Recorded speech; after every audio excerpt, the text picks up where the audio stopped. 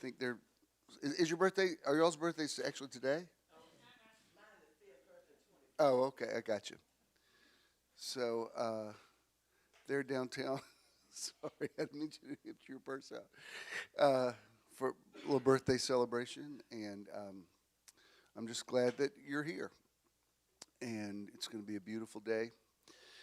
Spirit of God, we embrace your presence. Where can we go from your presence? We're always in your presence. You know our down sitting and our uprising.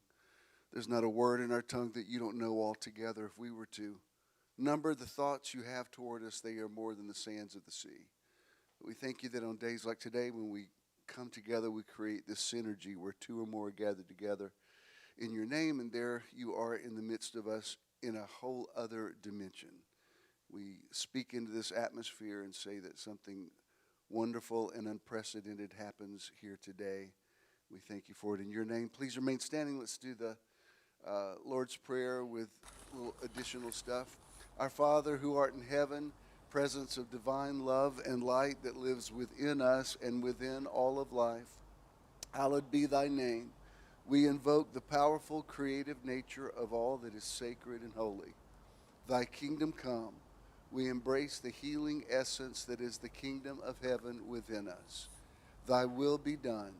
We accept our greatest good as we align with our divine nature, on earth as it is in heaven, knowing that the affairs of our lives reflect our evolving consciousness. Give us this day our daily bread. Each day we receive great blessings from within and throughout all the activities of our lives. And forgive us our trespasses as we forgive those who trespass against us.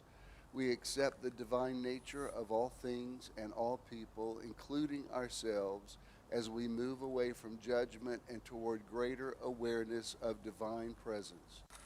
And lead us not into temptation. We shall be vigilant in expressing and experiencing the oneness with all life, but deliver us from evil, as we are learning to live without fault-finding and suffering.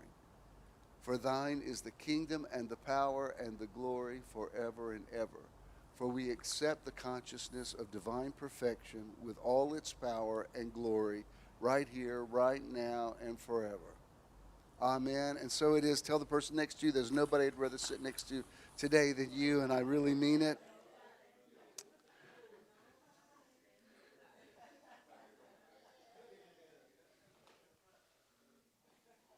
Welcome, welcome, welcome, and thank you to those of you that came last week. We had a good time with Beck, and thank you for those of you that bought her book, and she's one of a kind. I think today's her anniversary with her husband, and so congratulations to them. Our outreach this month is Amnesty International, and we've given to them before, but it's especially timely to give to them because we still have a global vision. We love America, but America's not the only place in the world. Also remember that we have Meditation Weekend number 25 coming up in April. April the 26th and 27th, we're going back to Driftwood Beach on beautiful Jekyll Island. So many of you are already signed up for that. We've always had great times on Jekyll. The first one we ever did was on Jekyll, and there's a special magic for that always.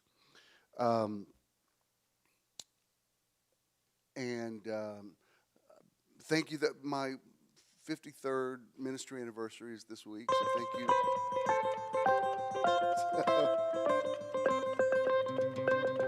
Okay, are you just waiting for that? You just had your... See, I didn't know they were going to do that.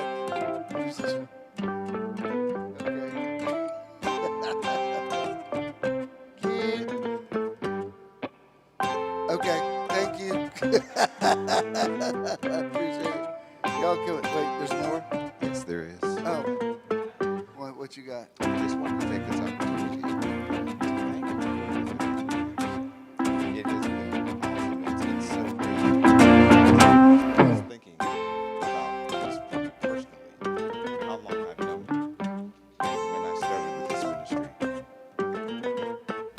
been incredible how it's changed my life. I mean, the ups, the downs, you married me. You've been through some of the stuff that I've been through. And I'm sure that we all have those kind of stories. And just wanted to thank you. I mean, you've changed so many lives that you don't even know that you've changed.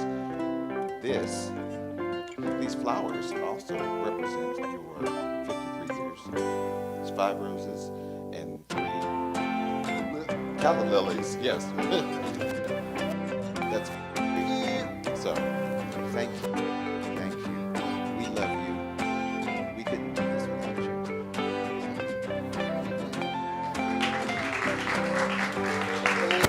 Thank you. And when you're ordained, this was the #1 song. What'd you say, Charles? When you were ordained, this was your #1 song on the radio. Oh.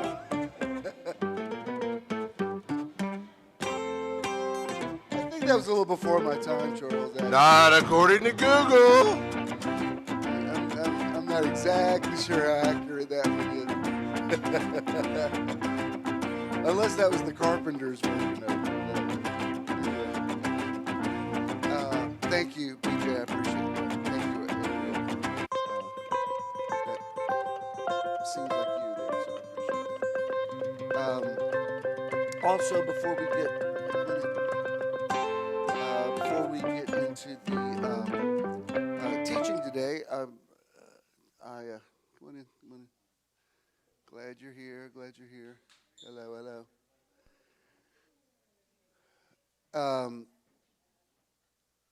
It was interesting because Danny, the painting that you guys bought at my thing we did for my 60th birthday, it was in my memories last week, and so I posted a picture of it.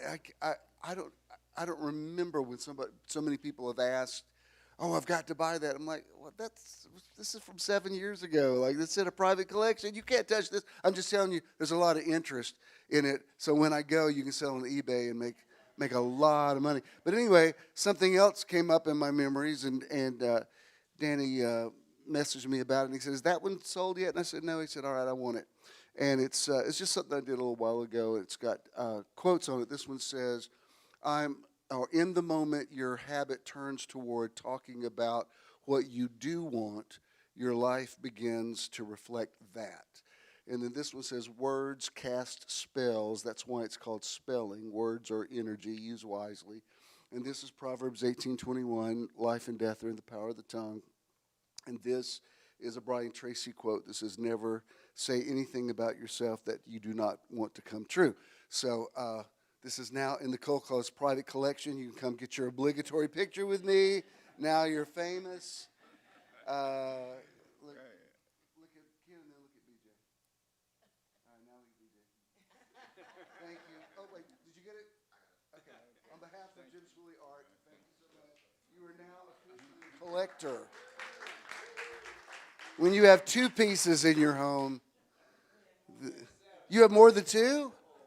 Oh, because you bought some of those prints back in the day too. Okay, yeah, y'all can make a lot of money off this stuff someday.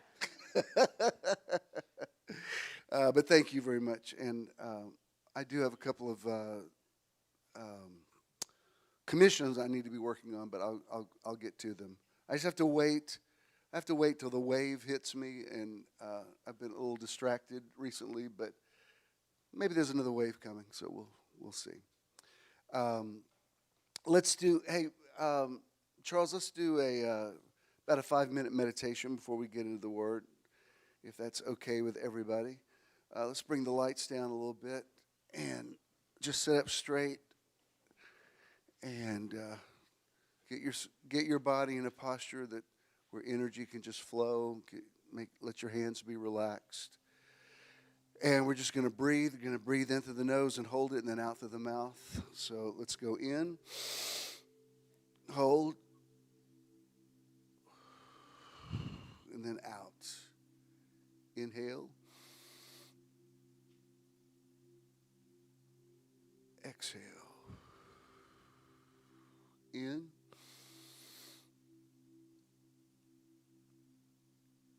And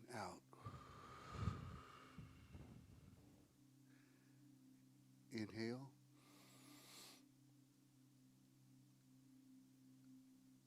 And exhale. Now just become consistent in your breathing.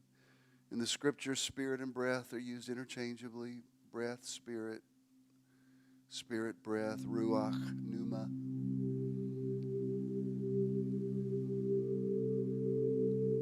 Jesus said the kingdom of God is within you. So when we get quiet, we can hear God inside us. The same spirit that raised Jesus from the dead dwells in you.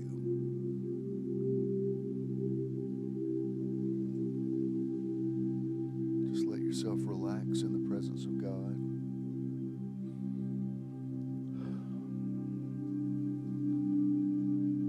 Your stress is leaving.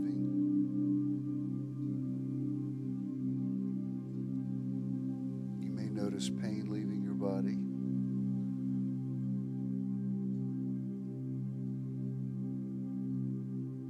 You're becoming quiet and serene. He makes you lie down in green pastures, leads you beside the still waters. He restores your soul. He leads you in the paths of righteousness for his name's sake. And even though you walk through the valley of the shadow of death, you fear no evil.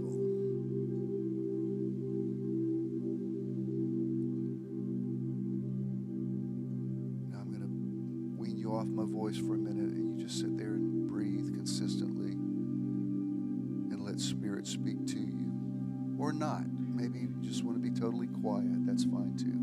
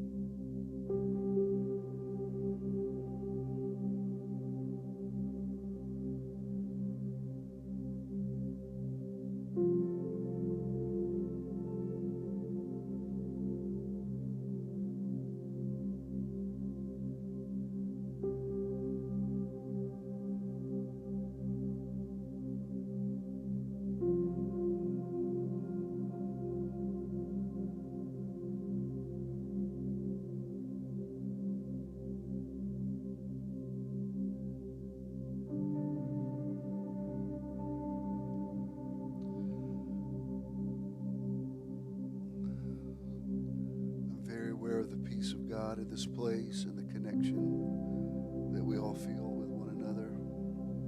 Even those of you who are streaming at home, you can connect with it as well. Same spirit is right there where you are.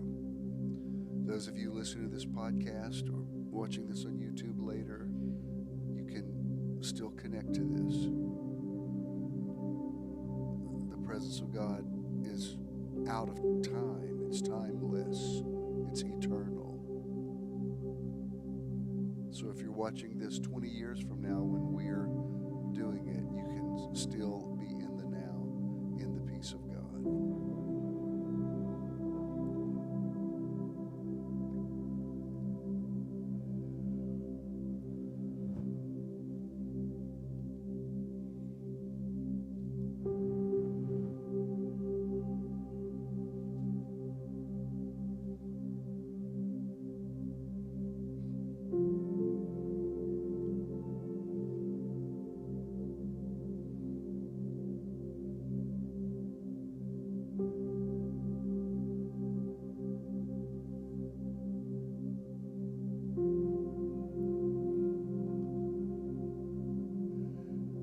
Before we come out of it, let's do some affirmations. I am blessed. I am a blessing. I am. I am healthy. I am health. I am. I am free. I am freedom. I am. I am peaceful. I am peace. I am. I am whole. I am wholeness. I am. Now give me 3 more good breaths before we turn off the music. Inhale. Deep. Hold it. Get some oxygen to your brain. Exhale. Inhale. Hold it. And out. One more good one. Inhale. And exhale. Beautiful. Thank you, Charles. Welcome to the Metron Live podcast, coming to you from the beautiful Kirkwood neighborhood at the Atlanta Theater. Metron people, would you please welcome the podcast people? Let them know we're glad that they're listening wherever you are. I speak into this atmosphere and I say, let there be light. I'm not doing a series this month. I do have a word for you today, however. And here's the title. The title is Make It Make Sense. Thanks. Thanks for coming. God bless you. Drive safely. Navigating a logical path to self-actualization in an illogical world. And I tell you what's really interesting. You know, I love me some confirmation. And I was thinking about this today, a reference I wanted to make. Well, let me tell you where I'm going with this. Come on in, hey, bro. We live in a world that we feels like it should make sense, and our brain is constantly trying to normalize our experience. There's a song, if you ever saw the movie or the Broadway show Showboat, there's a song it begins by saying, fish gotta swim, birds gotta fly. It's called Loving That Man. But the logic says, yeah, that's right. Fish swim and birds fly. If I ask you today, what animal flies, what would you say? Birds? Well, not so fast there. Bats are mammals, and they fly. And what's interesting, I was already going to talk about this today, and this morning I don't know if it was Twitter feed or whatever you call it now, or it was one of my platform feeds. I was scrolling through it, because I watch a lot of nature things, so there's a lot of animal things that show up in my feed. And the first thing that came on when I turned on was a big bat swimming. And it says a lot of people don't know this, but bats can swim. And it's a big bat, and it was in Australia. Maybe it was in my feed because Howie's in Australia right now, and I've said that a lot. You know, it's listening to you all the time. And sure enough, there's this bat swimming, and there's somebody by the side of the pool. I mean, bats creep me out. It's not like I enjoy it. But I thought, that's so weird. I was already going to talk about the fact that bats are an exception to the rule, and then there's another exception. If I were to say, what swims, what would you say? Fish. That's logical, right? Hold on there. Dolphins and porpoises are mammals. I mean, they nurse their young. They have live birth, but they swim. So if you said, I live in a logical world where fish got to swim, birds got to fly, well, you got to add some stuff, because it's actually fish and porpoises and dolphins and other aquatic creatures. I mean, whales are mammals. They got to swim. So the idea that fish swim and birds fly, well, yeah, but there's exceptions to the rule. If I said, what animals lay eggs, you would say, well, birds and fish. Well, hold on there. The duck-billed platypus is a mammal, and it lays eggs. And when I Googled it yesterday, there's about 5 other species of mammals in Australia that lay eggs. Okay, now, Mother Nature, you're messing with my head. I want to live in a logical world where fish got to swim, birds got to fly. Oh, no, you're telling me there's furry things that lay eggs? You're messing with my head. The sun goes down at night, comes back in the morning, right? Well, not so fast there. There's parts of the world, like in the northernmost parts of the globe, which, by the way, no hate mail on this, but the earth is round. I never thought saying the earth is round would be a controversial statement. These days, like yesterday, I had to go get a new screen protector on my phone. And while the guy was putting it on, I was sitting there at a table with him and another customer. So he's making conversation, and he says, well, who do you want to win the Super Bowl? Which the thing is, we actually do what we don't watch football. Sometimes he'll watch a Georgia game, but we always watch the Super Bowl. That's like a cultural event, and I watch, from start to finish. We're not going to make all the stuff we usually make this year because it's all full of cholesterol. So I don't know what we're going to eat tonight. But I said, you know what?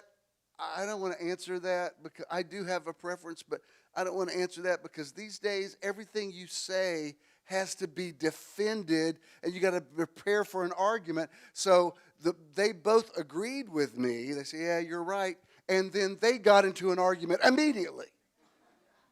Because one of them was the Chiefs to win, and the other said, well, they cheat. And they started, he said, what do you mean they cheat? Your guys cheat. And I thought, see, this is exactly, I don't care enough about this to argue with you people about it. I just want to watch see the thing and look at the halftime show and see if Drake's going to do something with Kendrick Lamar because they got a whole drama thing going on. So, so I'm invested in the drama, but I don't want to argue about it because I don't care that much about it.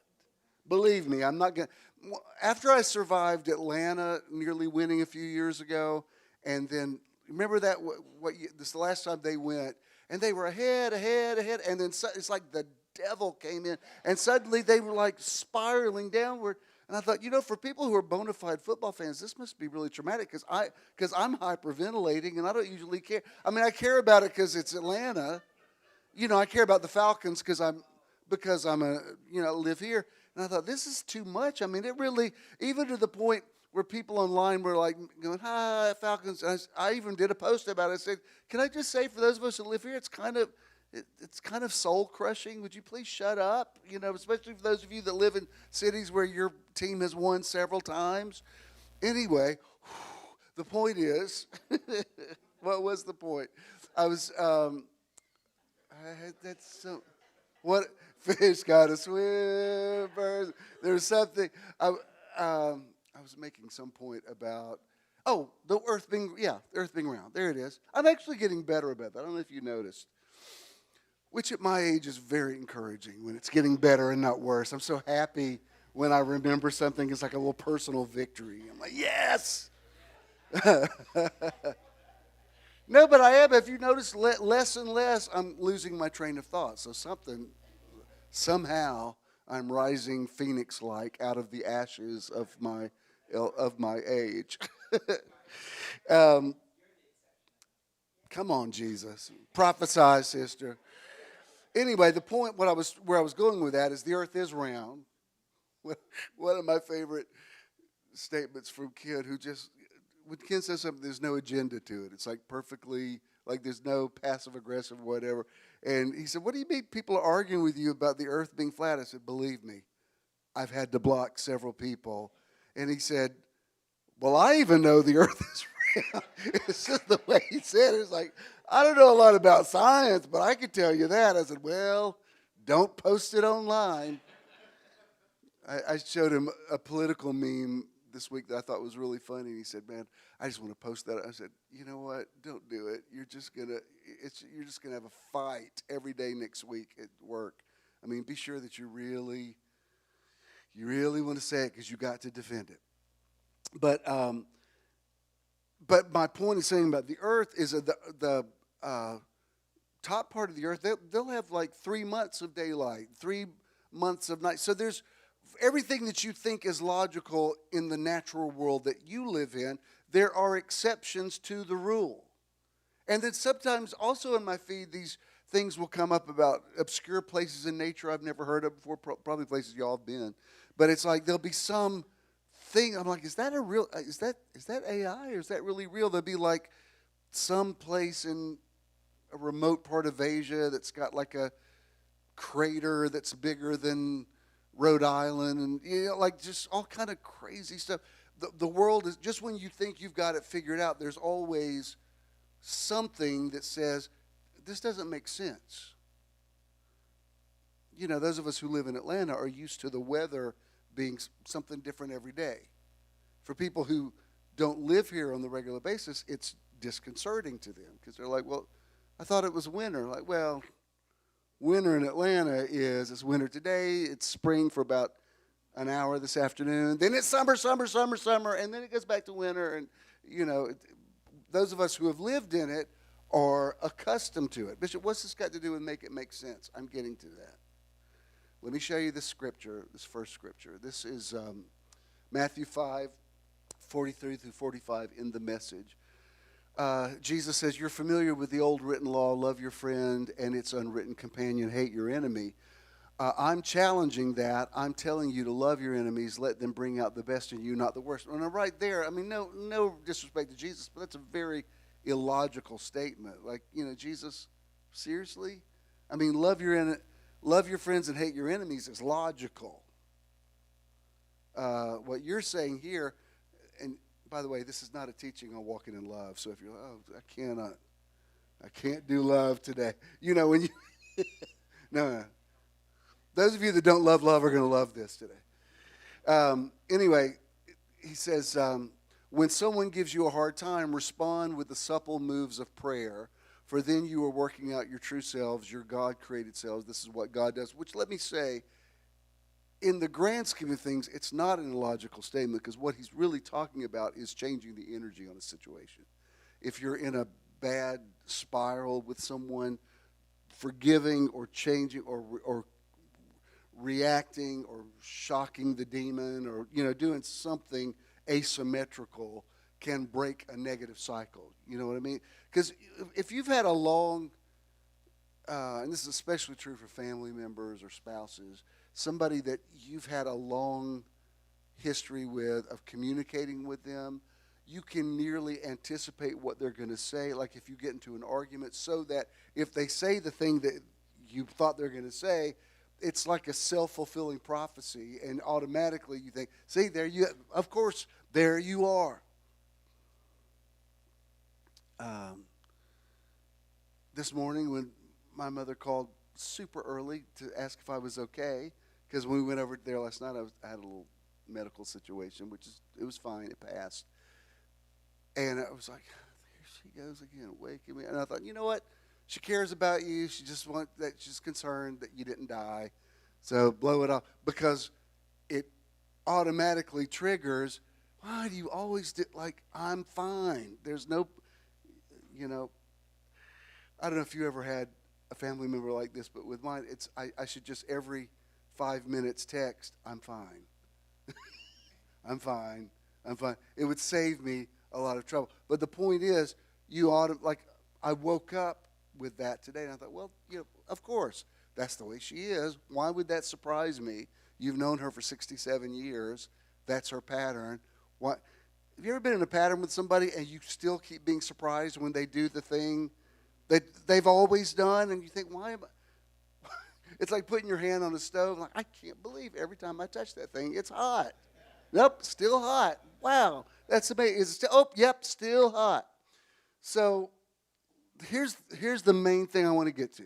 It says, he gives his best, the sun to warm and the rain to nourish to everyone, regardless, the good and bad, the nice and the nasty. This is where it says in the King James, it rains on the just and the unjust. Let me show you the same verse in the Amplified Classic, Matthew 5:45. He says, to show that you are the children of your Father who is in heaven, for he makes his sun rise on the wicked and on the good, and makes the rain fall upon the upright and the wrongdoers alike. Now, this is an interesting concept. It rains on the just and the unjust, because that doesn't feel right. We want to live in a world where good stuff happens to the good people and bad stuff happens to the bad people, right? I was even thinking, I meditated this a lot this week. I was thinking about even the nature of rain. And, just a few weeks ago, there was flooding in North Carolina.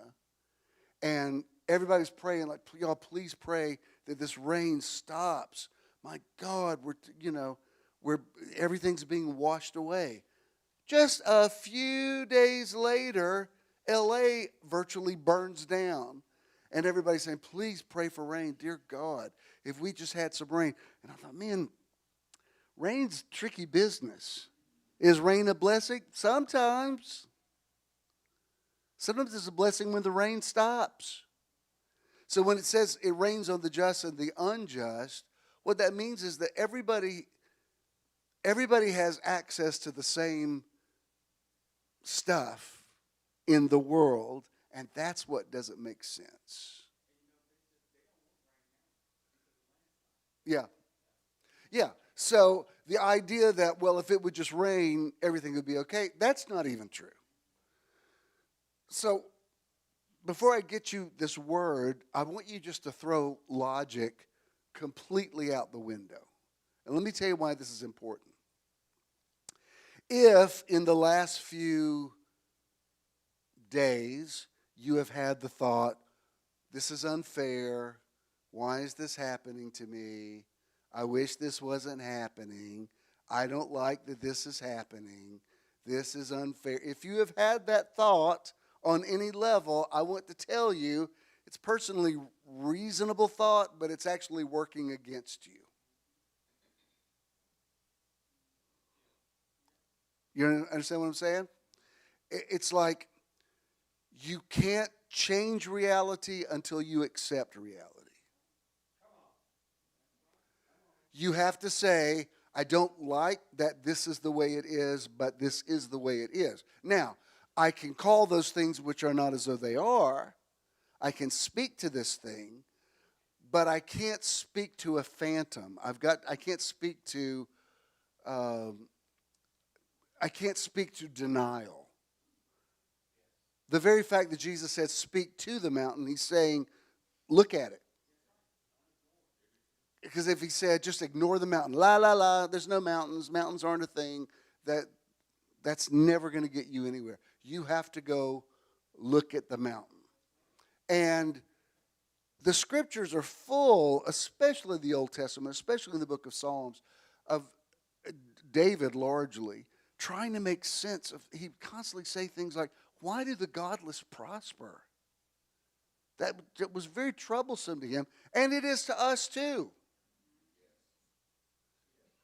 Y'all remember Hugh Hefner that started Playboy magazine? Well, he lived to be like in his 90s.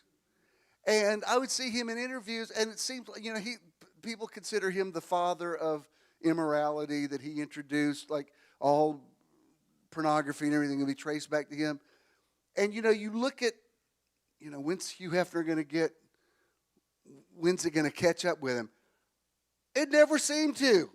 He's 95, 96 years old and still got young girlfriends living in the Playboy mansion. And, you keep thinking, when's Hugh Hefner when's it going to hit him? Come on. The way of the transgressor is hard. That's what the Bible says. Well, I guess Hugh Hefner never read that. Just go, people would ask him, and, do you regret what you've done, to women and the ideas of women, objectifying women? He's like, no, women are beautiful. I'm like, well, he never even learned. He never even evolved. That's why, honestly, that's why the teaching of ultimate reconciliation bugs people. Because they want to think, well, he'll get his when he goes to hell. Well, not necessarily.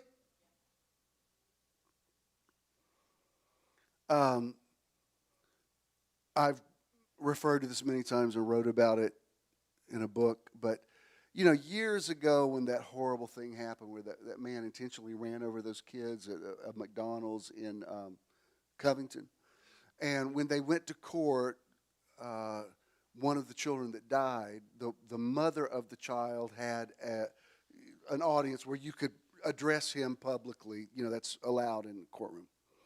And so she says to him, the Bible says there's going to be a hottest place in hell for people like you. And when I see God throw you into that place, I'm going to laugh.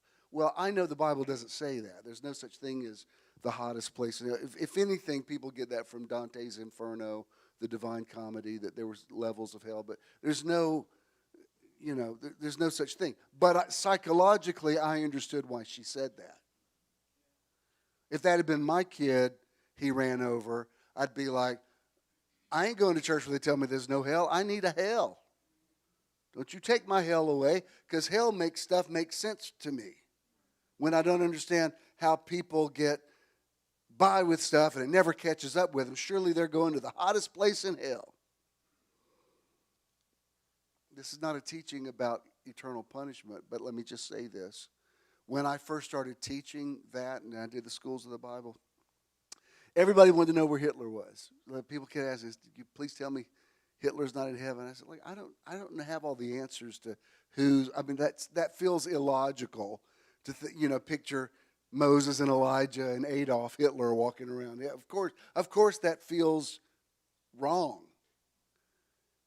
But you know what feels just as wrong to me is somebody says, "Well, he has to confess Jesus or he'll go to hell." So you're telling me he can kill 6 million Jews and just say, "Jesus," boom, all that? That feels just as weird to me.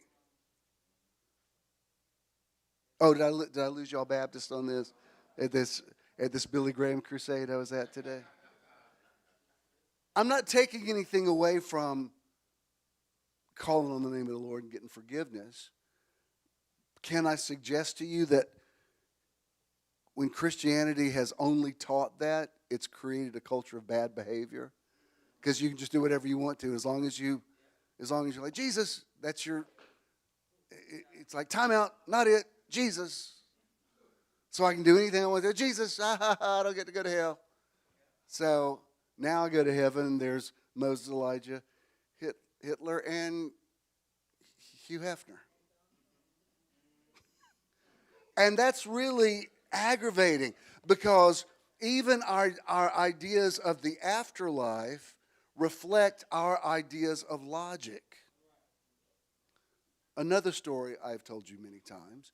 Years ago, bigoted white man said to me, who was in my dad's church, he said, "The way you love black people, I just think if you went to heaven and you found out God was black, you'd be okay with it." And I said, "Well, I mean, would that be a problem to you?" And he said, "I just can't believe you would think that God's black." I said, "Well, what if you're going to follow your crazy logic?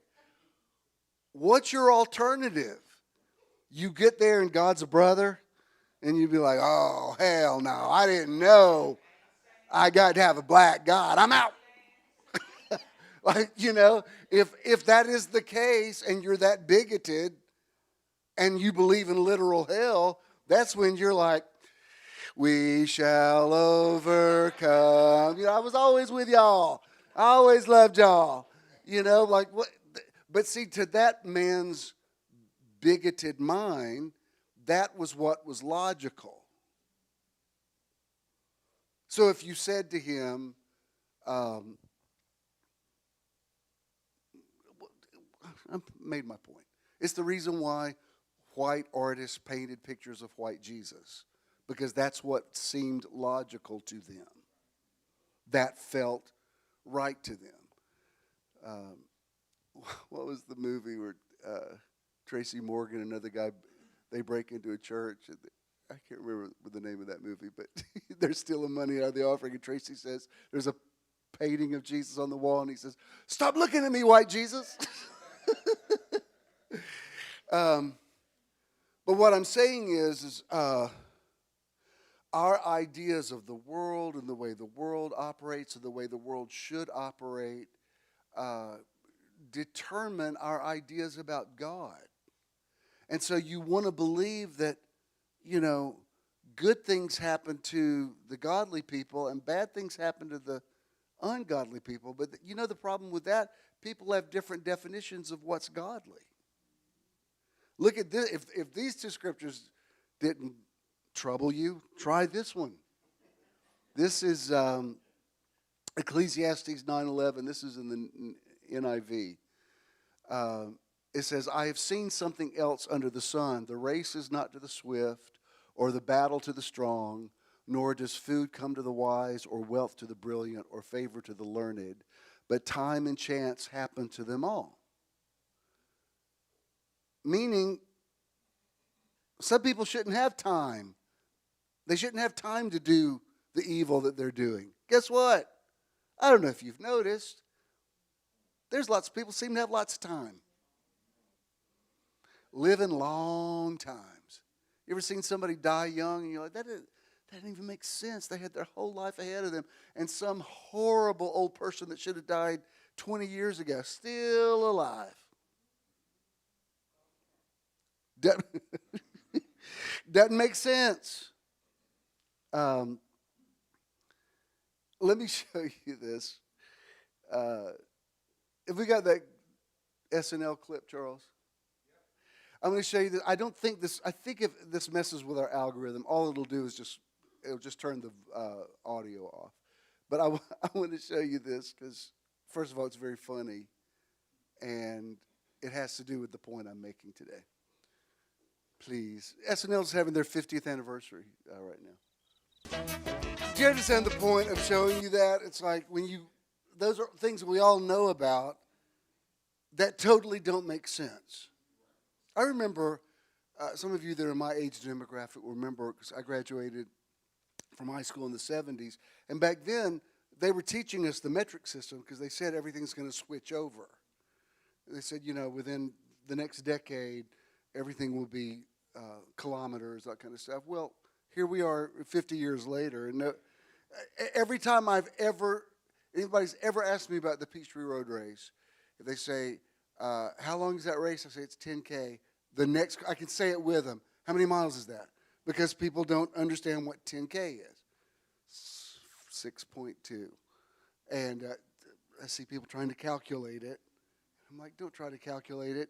George Washington said, it is what it is. All right. Let me show you where I'm going with this. Let me show you this next quote, and then I'm going to show you a picture. This Rumi quote says, try not to resist the changes that come your way. Instead, let life live through you. And do not worry that your life is turning upside down. How do you know that the side you are used to is better than the one to come?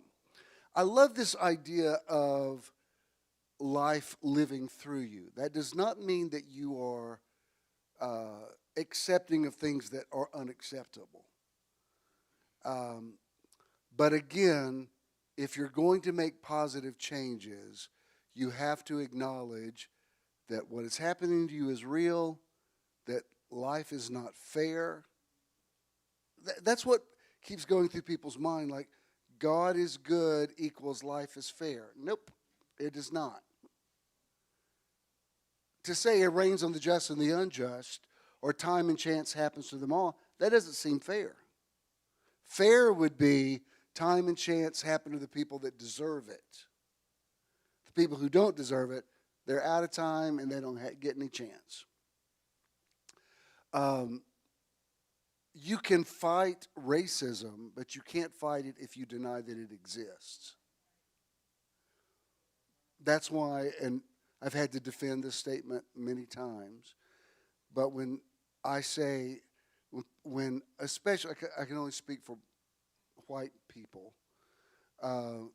If I hear a white man or white woman say, I don't know what all the trouble is about color, I don't even see color.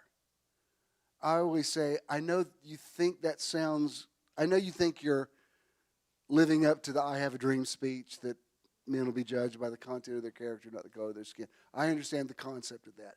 It sounds good in theory. But what you're really saying is, I'm oblivious to your experience, and I don't want to hear about it. Right? I've had many white people who don't understand that. Like, no. I just don't even see it. First of all, yes, you do. Everybody does. Even at this point, if I'm telling a story, sometimes I make myself not say it, but if I'm telling you an anecdote and I say, this black guy walked up to me the other day and said, it has nothing to do with the story, but I still say it, and black people, you say it about white people. You just do. It's not negative. It's just like this white lady at the store said to me, because it might be pertinent to the story, but most times it's not. Sometimes I'm in the middle of telling something and I'm like, I'm not going to say it. I'm not going to say this black guy said to me, because it has nothing to do with the story. And I've gotten much better about it. But it's just it's whatever you've been normalized in your thinking. I mean, I've done it with, this gay guy came up to me and said so-and-so. I always think, every time I've ever gone to Pride, I always think it's funny to say it. Nobody else thinks it's funny to me.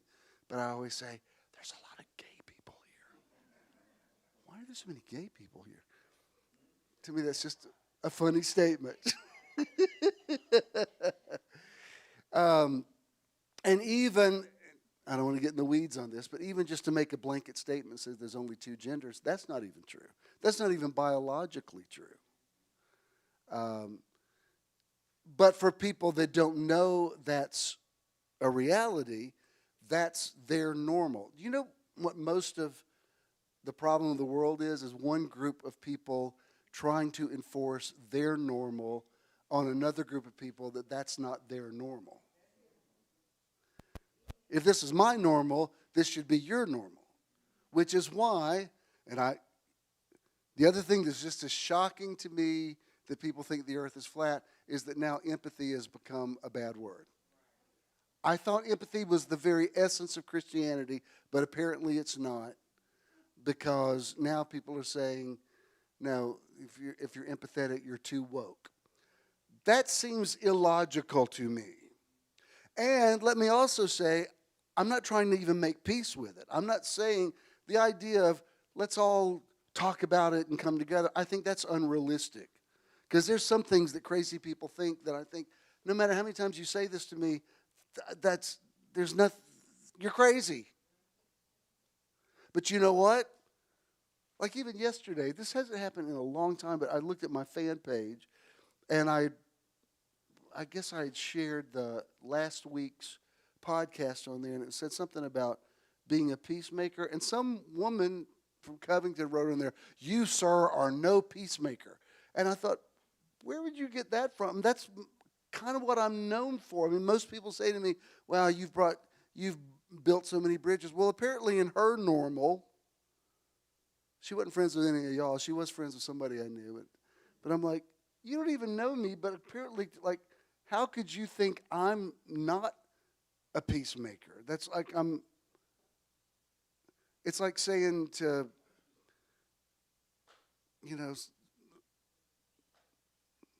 Tom Brady, you're not a football player. Like, well, yeah, he is. Whether you like him or not, or you think Deflategate was real or not, he is an iconic football player. But in their normal, that's not normal. But that's not even what I'm talking about today. Let me show you this verse, this quote. Alan Watts says, "The only way to make sense out of change is to plunge into it, move with it, and join the dance." I know people that right now are talking about leaving America, at least for the next 4 years. That seems to me to be unrealistic and not something I want to do. I love other countries, but I don't want to. Good Lord, that would be a big hassle. What would you do in the future? I don't know, but right now, this is still my country, and I'm still going to live here. And guess what? Homophobia still exists, and transphobia still exists. Well, I'm leaving. Well, it's not. You can leave, but it's not going to change anything. So my point in saying this is you have to learn how to live in a world that does not feel logical or normal to you, and find your way to live logically and normally, and to prevail, to be the head and not the tail, above and not beneath. Because the good news is this: if time and chance happens to them all, that means time and chance is happening to you. If it rains on the just and the unjust, that means you're going to get the rain. However you decide to deal with the rain is going to determine the outcome. Which brings me to this next thing. It's just a picture I want to show you. This is that's a shot from the famous Singing in the Rain. It was made in 1953. It's considered, most cinephiles say it's the best filmed musical. That's Gene Kelly, and he's singing the song, I'm Singing in the Rain. What's interesting about this is the very definition of meta, because in real life, I mean, this is, you know what, you've seen that a few years ago, Usher recreated this at some award show. He step by step created this dance where they had water coming down. He had the umbrella. It's an amazing. Gene Kelly was an incredible dancer, and this is one of the most recognizable pictures. In real life, do you know that he had 103-degree temperature when he did this?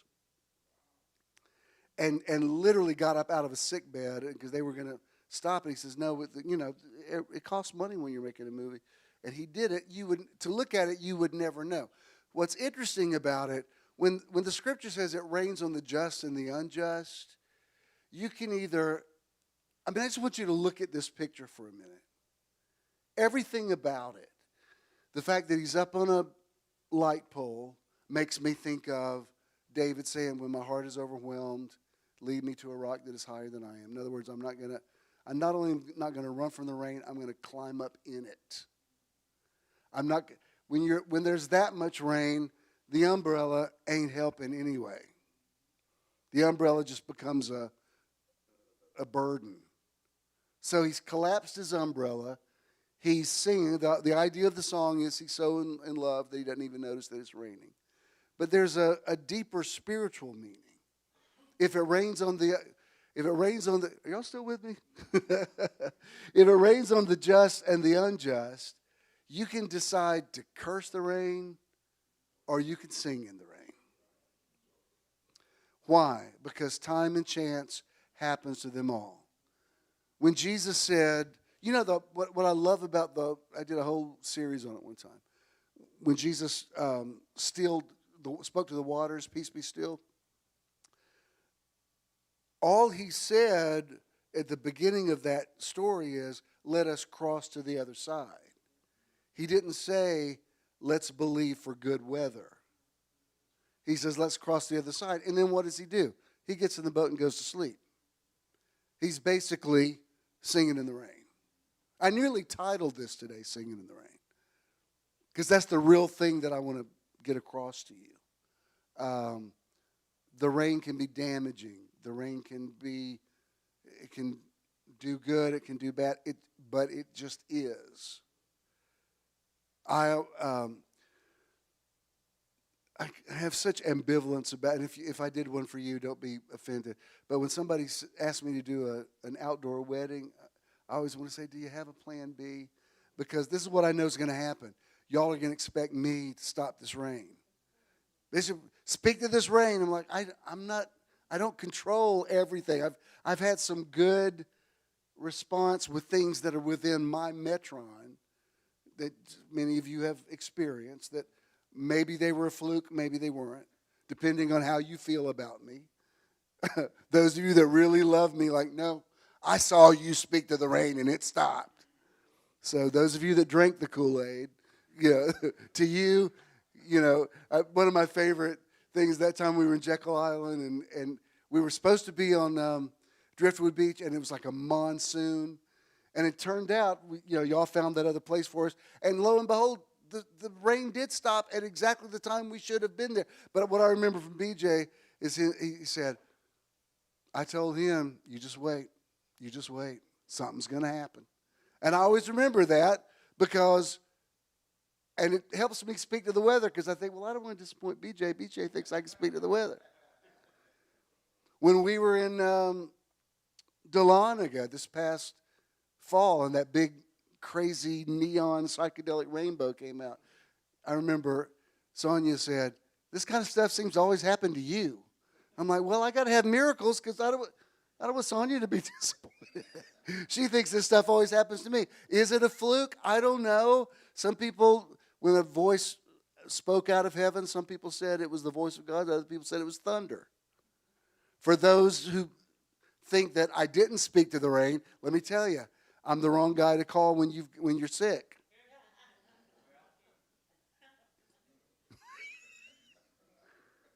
You hear me? Because for people that think, look, when Jesus went to his hometown, the perception of those people sucked the power right out of him. This is Joseph the carpenter's son. Well, guess what? Joseph the carpenter's son can't heal you. For those people, the woman who said, if I can touch the hem of his garment, I'll be healed. Guess what? She got healed. In Jesus' hometown, all he could do is build new cabinets in your kitchen. He can't heal you. He can knock out a wall if you want to make a big family room in there. But he can't heal nothing. So the power was not in him. The power was in the perception of the people. So how you deal with the rain is all a matter of perception. You can say, I hate that it's raining. I wish it wasn't raining. It's not fair that it's raining. All of those are counterproductive thoughts. Because if it's raining, it's raining. Now, can you speak to it? Yes. And Jesus, when they woke him up, they said, don't you care that we're about to perish? And he wakes up and says, oh, you have little faith. What was their little faith? Because they thought the rain was going to drown them. Can I tell you this?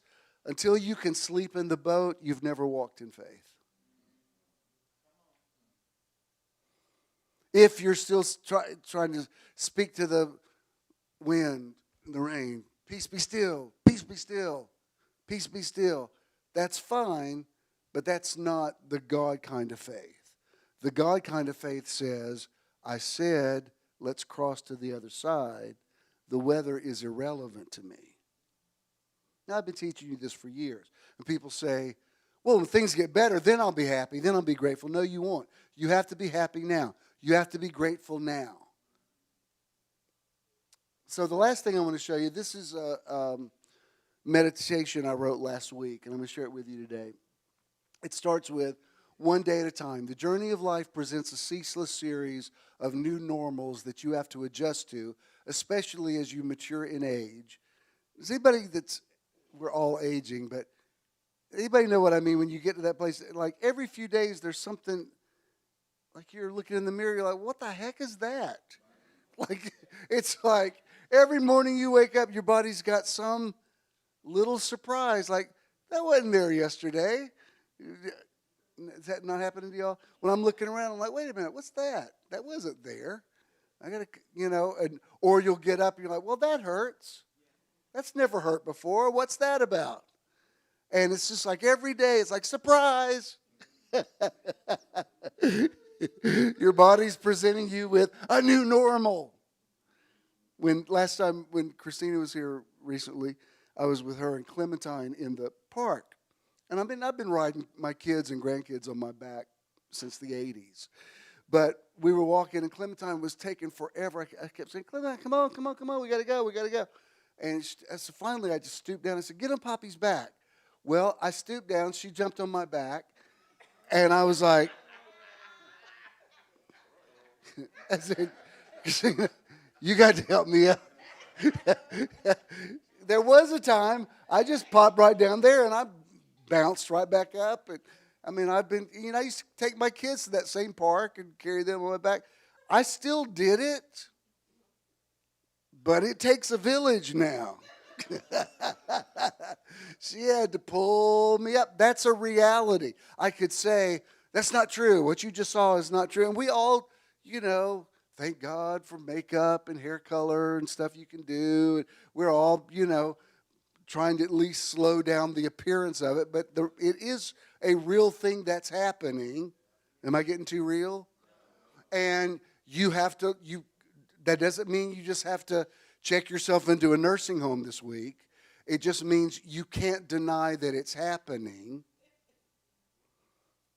We can embrace it. Well, last night, we went to my mom's last night instead of tonight so we can watch the Super Bowl. And it wasn't a stressful day, but it was a lot. There's a lot going on, and I'm in a situation right now. I've told you I'm moving her back into her house, and I'm going to start staying there. That's a whole thing. Yes, you catch up in the last several teachings. There's a lot. I've said a lot about it. And then, meanwhile, I'm having a bathtub put into her room. That's been a whole odyssey in itself. There's been so many changes, and it was nearly. I thought this last time we went, it was going to be completely done, and the guy came out and he said they've measured this wrong. I've got to order. This is 3 inches too. We've got. I said, how long does that take? It's taking about another week, and then I got to. So, it's happened so many times. Any of you that have ever remodeled something know that you just have to. You have to sing in the rain because you could. I mean, I could get mad at the guy, and I did. I said a few words that bishops normally aren't known for saying, but then he's looking at me, and I thought, well, it is what it is. The guy measured it wrong. I can sit here and cuss him out all day long. It's not going to put a bathtub in there. I said, when can you come back? Tuesday of next week. Okay, fine. Well, sir, while we were in Helen, it was really cold. So Jared sometimes goes over to the house periodically and checks on Mom's house. And he had said to me, he said, instead of you going over there, because every time I hear it's going to freeze, I'll go and run the faucets a little bit. He said, why don't I just turn the water off? And I said, okay, that's fine, because they're going to be putting a bathtub in there. They probably need to have it turned on. It's okay, fine. So sure enough, when the guy came last week, the water was already off, which is what they needed, so fine. So when he was through, I asked the guy, I said, do you have the key thing that, can you just turn the water back on for me? And he said, yes, because Jared was going to come back and do it. And I texted him and said, don't worry about it. This guy's got a thing. He'll turn it back on. So he says, okay, just remember I ran the faucets upstairs. So be sure you turn, and the spigots outside. So I went and turned off, went upstairs, turned off, looked around, everything was fine. What he did not tell me is that he had also turned on the shower up there. And it just occurred to me this morning, because I thought, because I went up there to turn that off, why didn't I hear the shower running? And I remembered that upstairs shower takes a little while before it kicks in. That house was built in 1976. So I remember, because I've taken a shower there, you turn it on and you wait a little while before it's good and ready. Because I kept thinking, why didn't I hear that shower running? Well, so for a week, a hot shower ran in the house. And you can't believe how much damage can be done in a week. It wasn't that it overflowed. It's like it was the condensation. I've got to replace the ceiling. I've got to replace flooring downstairs. There's black mold all up in this staircase. I said, how does mold move that fast? He said, it just does when it's, it was everywhere. And thank God I had remembered to pay her Allstate bill last month. Thank you, Jesus. Because the guy said, if this is less than $5,000, you've got a $5,000 deductible. So when the mitigator came over Friday, and I said, this is going to be more than $5,000. He said, oh, yeah. I said, okay. Well, I don't have to pay a deductible. And so tomorrow I'm meeting with the claims adjuster who will take the thing from the mitigator. So that's on Monday, and then this is on Tuesday. And last week, I'm just telling you, that's a little stressful because I'd already told Benton House I was moving her out by the end of February. So this morning, I texted them yesterday, and this morning I was getting ready, and Maddie from over there, she said, I can talk now if you want to. So I called her. I said, don't put her out on the street yet because I have no idea how long this project's going to be. I've got to rip out a ceiling and a floor. You can't believe how much damage water can do. It doesn't move as fast as fire, but eventually it does the same thing. So she said, that's fine, just let me know. And last week, I was home and I ordered Chinese food, and Ken is out at work during the week. And lately, I've noticed when I order Chinese food, there's not a good message in the fortune cookies. It'll be some stupid thing and some lottery numbers. I'm like, come on, fortune cookies, throw me a word here or something. And this past Monday night, I opened my fortune cookie and it said, patience is your ally right now. Don't worry, exclamation point. And I said, you know what? I'm going to take that as a word. Patience is my ally. Because a part of me wanted to say, Jared, when you texted me that the faucets were on. Why didn't you say, and also the shower? But he said, I just thought you would notice it. Well, I didn't because it hadn't kicked in yet. But guess what? It works. I mean, the flooring in the bathroom upstairs got to be replaced. I mean, it's like one half of the house has got to be rebuilt. And on several occasions, I have thought, patience is my ally right now. Because I could be really stressed out. But my point, I was saying all that, is yesterday we were doing lots of errands, and I had to go over there and check on stuff and have keys made, and I think I need to replace a door off the garage. So we went to, I said, can you please go to Home Depot with me?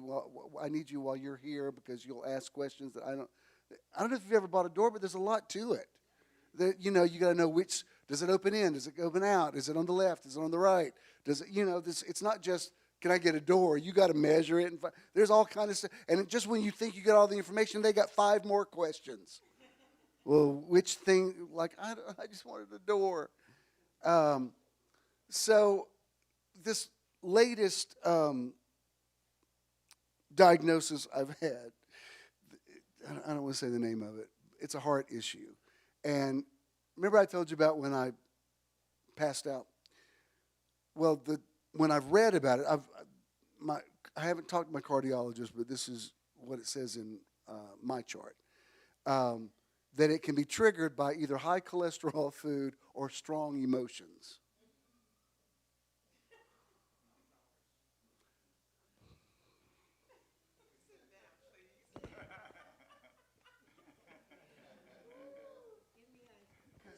So last night, we were driving over there, and as I'm driving into the parking lot, I said, whew, I don't know why I feel so tired. And we stopped. I said, can you give me a second? I'm not feeling good. And by the time I got into her place, I said, Mom, I'm sorry, I have to lay down. And just for a little while, I said, can you turn off Fox News for just a minute? And no, I mean, turn it off. I don't want to look at it. And just let me lay here for a minute. And to her credit, she came over and prayed a really strong prayer and spoke in tongues and everything. I'm like, well, okay, I'll take it. And I laid there for a minute. I said, y'all, I'm sorry. It's just, that's what this says. The thing says to do, to lay flat. It seems, because it slows your heart rate down. And there's never a really good time to pass out. But even last night, I thought, I don't want to pass out here because that's going to be a whole thing. And, they're going to come in and, it's going to pass. It's going to pass. Problem is it doesn't pass as quickly as I would like, but it does eventually pass. And the point is, I crossed to the other side. It's like, well, I got home. It was fine. We watched a movie. I ate pistachios. They were delicious. And it is what it is. So that's why it says you have to adjust to new normals in your body. It doesn't mean you don't believe for the best. All that by stripes I'm healed stuff, I believe all of that. It does not belie the fact that we are aging.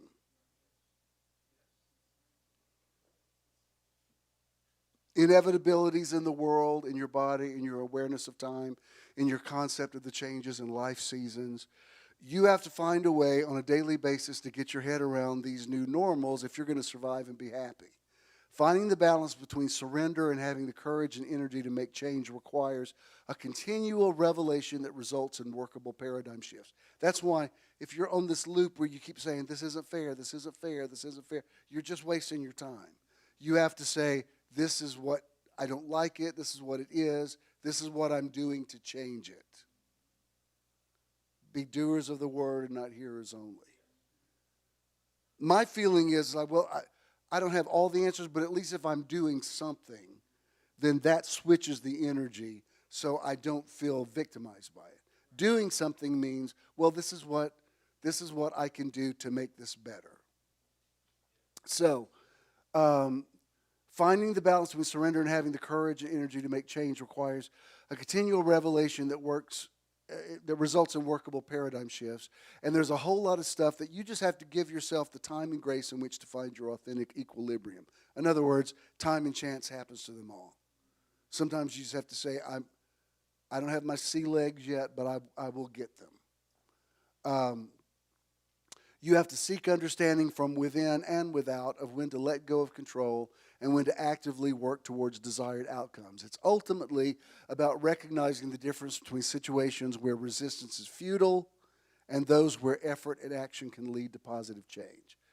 Sometimes resistance to change improves a situation, and other times it can actually make things worse.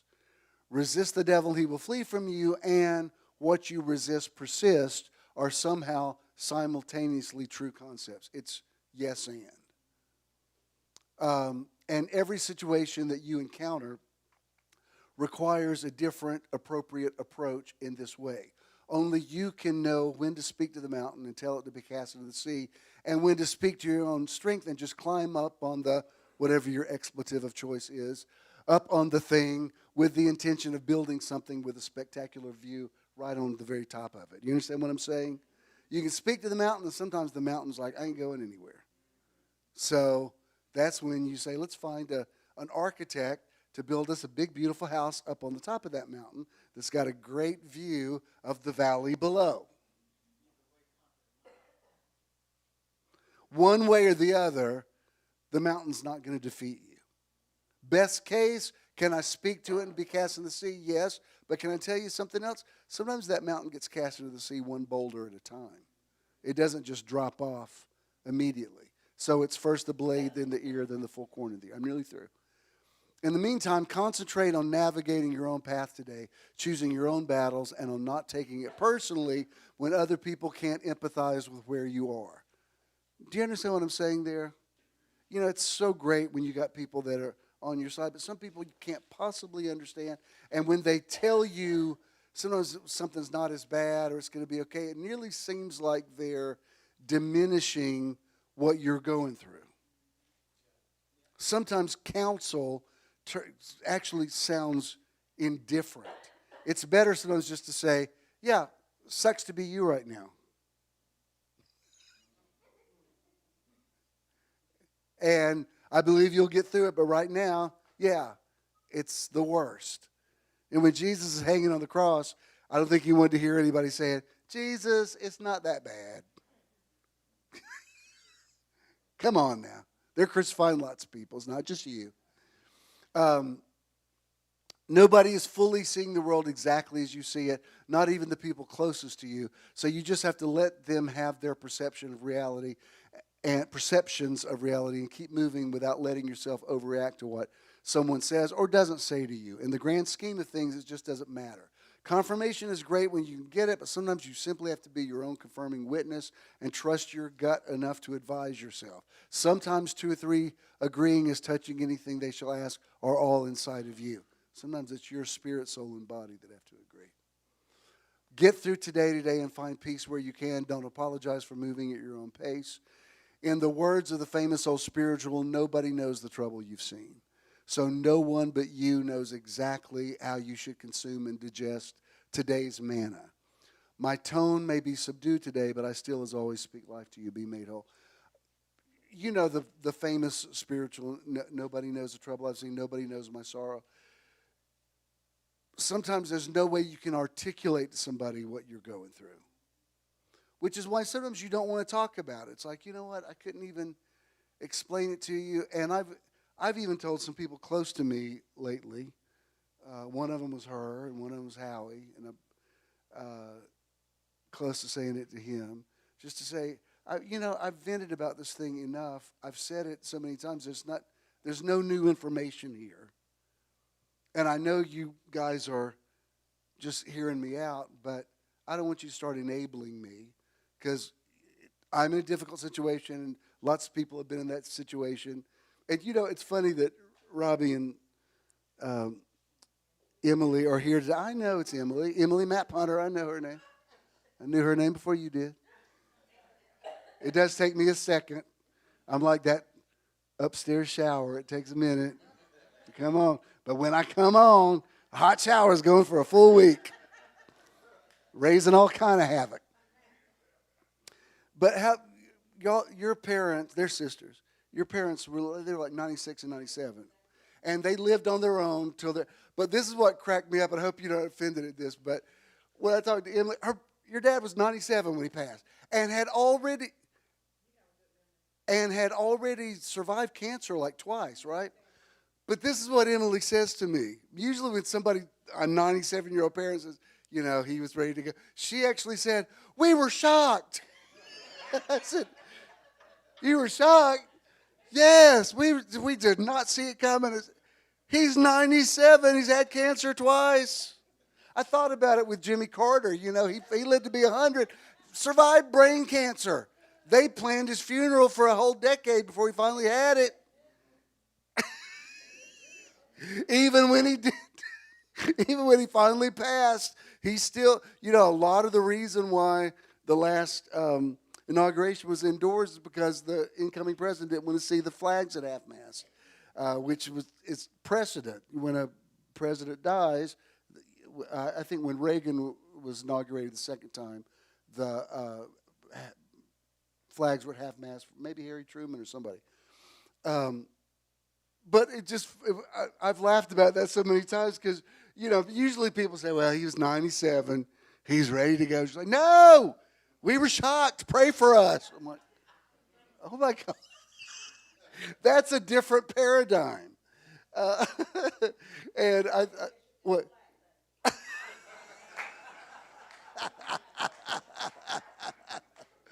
I know for a fact that black people die. I have done plenty of funerals. Can't tell you how many times I've shown up for a funeral and say, I'm here to do the Jackson funeral, and they just look at me like, I think you're in the wrong one. I'm like, no, I'm their pastor. Even when Michelle's mom went to fancy Presbyterian church over there, I drove up, I said, I'm here to do the such and such funeral. They said, are you sure? Yes. I also know over the years when somebody says, my mama died, and I'll say, well, I'll come by the funeral home. No, it's not necessary. And I'll say, your family doesn't know I'm white, do they? Well, yeah, they know it, but they're not that happy about it. Anyway, do you understand the point that I'm making today? There's some things you keep trying to make sense of in your mind, and they're just not going to ever make sense to you. There's no matter how many times you keep saying, why did that person send me that? Maybe you'll get some insight on it, but you might not. There are some things, baby, that's never going to be logical to you. It's never going to make sense. It's never going to feel right. You can't stop living because of that. It doesn't mean that you just blow it off when something terrible happens. Yes, it's a real thing. When you say, did I have any role in it? That may be positive to do that. You can improve your own attitude. But outside of you, you don't have the answers. Because why you think somebody did something is not at all why they did it. I mean, I've been in the ministry this week 53 years, and I'm still, not so much with, Metron's a whole other thing. Y'all are so evolved, and I feel like we're one person now. But for just regular church world, like the stuff that people would get upset at over the years, it still doesn't make sense to me. I'll think, that's what you got upset? Like, that seems so ridiculous to me. But apparently to them, it was a big deal. I never did figure that kind of stuff out. We're leaving the church. Why? They tell me some cockamamie thing on that. No, seriously. Really, why? No, that's it. Wow. I can't possibly get inside this person's head and see what they're seeing. I can try it, and empathy is a gold standard, but you're even limited with that. Like I always tell you, even the person you're closest to, the person you're married to, they're not even looking through the same window you're looking through. They're looking out the same side of the house, the same direction, but y'all are on two different windows. Did you ever play that game? I used to play it when I was in church and was bored or in school. Like, VJ's right there. He's right there. He's there. He's there. He's there. He's there. Because my left eye and my right eye see two different things. They're never going to fully, but they see enough that I can tell, oh, I recognize that guy sitting there. But look at him moving. He's there, he's there, he's there, he's there. Y'all know what I'm talking about? Let's all stand. If it rains on you this week, I'm praying that you'll twirl around and climb up on that lamppost and sing in the rain. Because guess what? It rains on the just and the unjust. Instead of saying, the rain's not fair, just sing in it. Please remain standing. We'll play the outro, and I'll speak a blessing over you. I'm sorry it's so warm. Contributing to Metron is quick and easy. You can give any time using any smartphone. Text the amount you would like to donate to 404-620-5044. You will then receive a notification that you successfully completed your donation. You may also visit bishonthennow.com and click the support tab to give there as well. When you contribute to Metron, you're also donating to the charity or organization of the month. Thank you for your investment into Metron. If you have a check, make it JESM. If you have cash, just pay it forward. If you want to do something for my 53rd anniversary, I've got all the cash apps, and I'll come to your house, pick it up. I'll meet you in a parking lot. I speak to your attitude, your mind, your creativity. I believe the word does not return void, but it prospers in the thing whereunto it is sent, and that you heard today what you needed to hear, that you are able to sing in the rain and not worry about whether it's raining on anybody else, because it rains on everybody. But that you still do the right thing just for your own sake. And that what you set your hand to prospers, that you have a beautiful, restful evening, that your team wins tonight, and that you wake up tomorrow saying, this is the day the Lord has enabled me to make. I will rejoice and be glad in it. God bless you. Go in peace. I love you.